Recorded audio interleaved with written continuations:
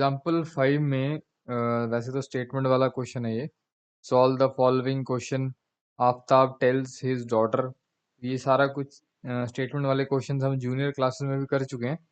तो इसकी अभी हम इक्वेशन बनाएंगे, लेकिन हम एक बार लास्ट लाइन पढ़ते हैं वो क्या कह रहा है। रिप्रेजेंट दिस सिचुएशन एल्जेब्रिकली, यानी कि जो भी इसने सिचुएशन दी है यहाँ से लेकर यहाँ तक, उसकी अलजेब्रिक इक्वेशंस बनानी है। बेसिकली लीनियर इक्वेशंस बनानी है, ठीक है। Linear equation in two variables बना दो।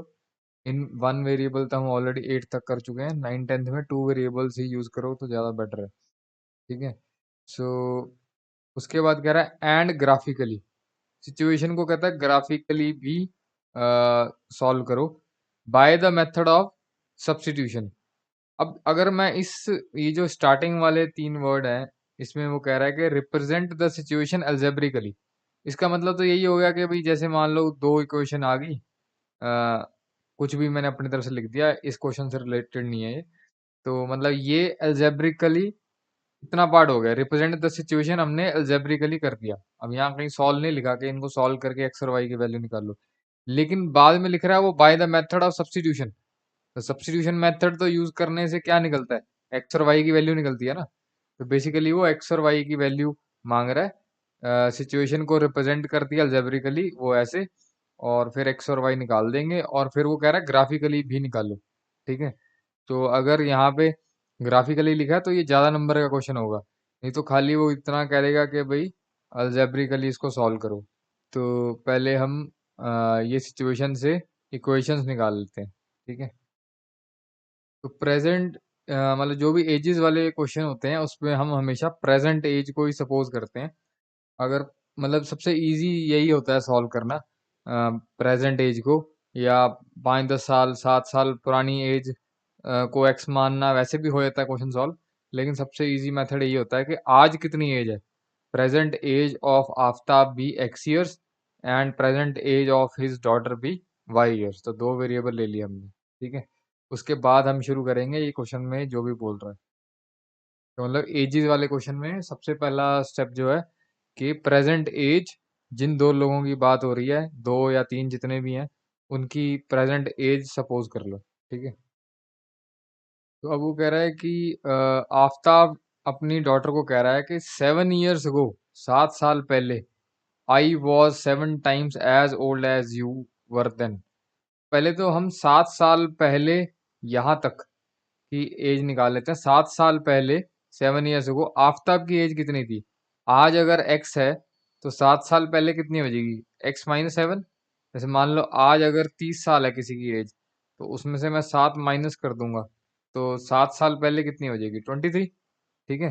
तो ये 7 साल पहले की एज निकाल ली हमने। और उसी तरह से डॉटर की भी 7 साल पहले कितनी एज हो जाएगी, y-7, ठीक है। तो इसमें x और y जो है वो 7 से तो बड़ा ही होगा, ठीक है। तो इसलिए x-7 या y-7 लिया।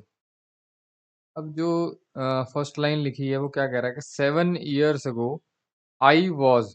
अब आफ्ताब अपनी बेटी से बात कर रहा है, तो मैंने 7 years ago आई की जगह आफ्ताब लिख दिया। Aftab was 7 times as old as you. वो अपनी डॉटर को कह रहा है, तो मैं लिख दिया as old as his daughter, ठीक है। तो ये कंडीशन यहाँ तक गिवन थी। अब इसकी हम स्टेटमेंट बना लेते हैं। मतलब स्टेटमेंट तो ये है ही है, मैथमेटिकल एक्सप्रेशन बना लेते हैं, या कह लो अलजेब्रिक एक्सप्रेशन, या बोल लो लीनियर इक्वेशन। ये जो कुछ भी मैं स्टेप बाय स्टेप लिख रहा हूँ तुमने ऐसे ही लिखना है, और ये स्टेटमेंट जो क्वेश्चन में से देख के लिख रहा हूँ मैं, तुमने भी ऐसे ही लिखनी है, ठीक है। इससे कभी सिली मिस्टेक नहीं होगी। तो 7 years ago आफ्ताब की एज कितनी थी, x-7।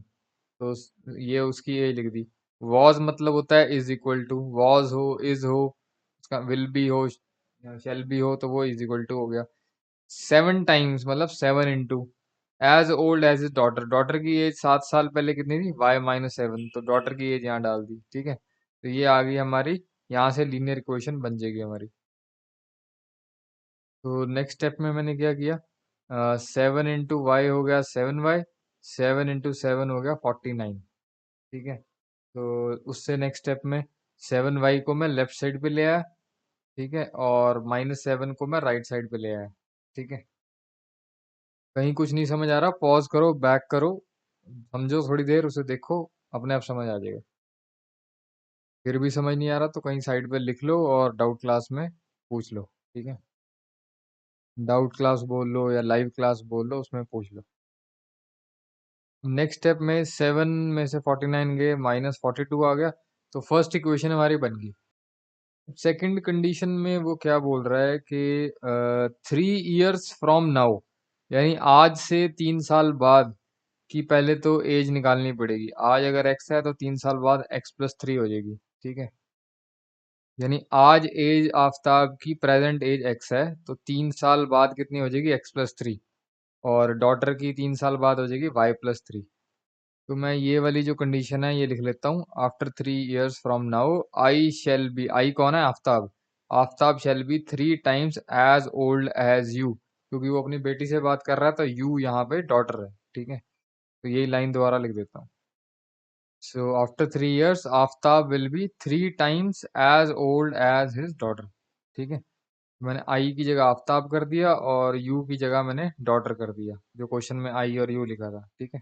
और ये गिवन है स्टेटमेंट। अब इसको हम लीनियर इक्वेशन यहाँ से बना लेते हैं। सो आफ्ताब आफ्टर 3 इयर्स जो है, आफ्ताब की एज कितनी है? x+3। तो आफ्ताब की एज लिख दी x+3। विल बी मतलब इज इक्वल टू 3 टाइम्स मतलब multiply age old as is daughter. Daughter की एज कितनी है? y+3। तो ये डॉटर की एज डाल दी y+3। तो यहाँ से इक्वेशन बना लो। तो नेक्स्ट स्टेप में मैंने ये मल्टीप्लाई कर दिया, 3y आ गया, 3 3 then 9 आ गया। 3y को मैं लेफ्ट साइड पे ले गया, 3 को मैं राइट साइड पे ले गया। तो सॉल्व करके हमारी सेकंड इक्वेशन आ गई और एक लीनियर इक्वेशन पहले थी। तो एल्जेब्रिकली तो हमने सिचुएशन को रिप्रेजेंट कर दिया। एल्जेब्रिकली मतलब इक्वेशन लिखनी थी, वो दो इक्वेशन हमने लिख दी। तो ये जो क्वेश्चन में लिखा था उसी को मैं दोबारा लिख रहा हूँ, रिप्रेजेंट द सिचुएशन एल्जेब्रिकली, ठीक है? तो मैंने लिख दिया, thus we can now represent the given situation algebraically using pair of linear equation. जो दो लीनियर इक्वेशंस आई हैं उसको लिख दो। तो अभी सिर्फ एक ही पार्ट का आंसर हमने निकाला है, ठीक है? अब वो कह रहा है कि इसको सॉल्व भी करो बाय मेथड ऑफ सब्स्टिट्यूशन। फिर उसके बाद हम इसका ग्राफिकली भी इसको सॉल्व कर सकते हैं। अब हम इन दोनों इक्वेशंस को सॉल्व कर लेते हैं। सो मैं क्या कर रहा हूँ कि फर्स्ट वाली इक्वेशन में से x निकाल रहा हूँ। तो 7y को मैं राइट साइड पे ले गया, तो ये आ गया 7y माइनस 42। तुम फर्स्ट इक्वेशन में से y भी निकाल सकते हो, या सेकंड में से x निकाल सकते हो, या सेकंड में से y निकाल सकते हो, कुछ भी निकाल सकते हो, लेकिन डालना दूसरी इक्वेशन में है, ठीक है? तो मैंने फर्स्ट में से x निकाला, अब मैं वो सेकंड वाली इक्वेशन में पुट कर रहा हूँ, यहाँ पे पुट कर रहा हूँ। तो substitute this value of x from equation number 3 to equation number 2, तो यहाँ पे डाल रहा हूँ। सो सेकंड वाली इक्वेशन जो है वो मैंने दोबारा से लिख ली, और यहाँ पे x की वैल्यू यहाँ से डाल रहा हूँ। x की वैल्यू 7y माइनस 42। बाकी ये भी सेम है, ये भी सेम है। अब एक ही वेरिएबल रह गया y, तो यहाँ से y निकल जाएगा, क्योंकि एक ही इक्वेशन में अगर दो वेरिएबल होते हैं तो कुछ नहीं निकाल सकते हम, ठीक है? एक ही इक्वेशन में अगर एक ही वेरिएबल है तो हम उस वेरिएबल को निकाल सकते हैं। तो नेक्स्ट स्टेप में 42 उधर जाके हो गया 48। अब यहाँ से y निकाल लेते हैं। अब यहाँ से 4 को जब मैं इसके नीचे ले जाऊंगा, कटिंग करूंगा, तो आ जाएगा 4 one the 4, 4 to the 8। y की वैल्यू आ जाएगी 12। अब ये y की वैल्यू 12 मैं यहाँ पुट कर देता हूँ और x निकाल देता हूँ। तो ये वाली जो इक्वेशन है ये मैंने दोबारा से लिख दी, और y की वैल्यू 12 मैं यहाँ पे पुट कर रहा हूँ। 12 आ गया 84, 42 माइनस किया तो x की वैल्यू आ गई 42, ठीक है? तो लास्ट में लिख दिया, दस आफ्ताब्स एज जो x मानी थी वो आ रही है 42 ईयर्स, और डॉटर की एज y मानी थी वो आ रही है 12 ईयर्स, ठीक है? अब तुम इसको चेक भी कर सकते हो कि जैसे कि आफ्ताब की एज 42 आ रही है और डॉटर की एज 12 आ रही है, तो वो कहता है 7 साल पहले 42 में से 7 माइनस करोगे तो कितना आएगा? 35। और डॉटर की एज कितनी थी 7 साल पहले? 12 में से 7 माइनस कर दो तो डॉटर की एज आ गई 5। तो कहते 7 साल पहले जो है आफ्ताब की एज 7 टाइम्स थी।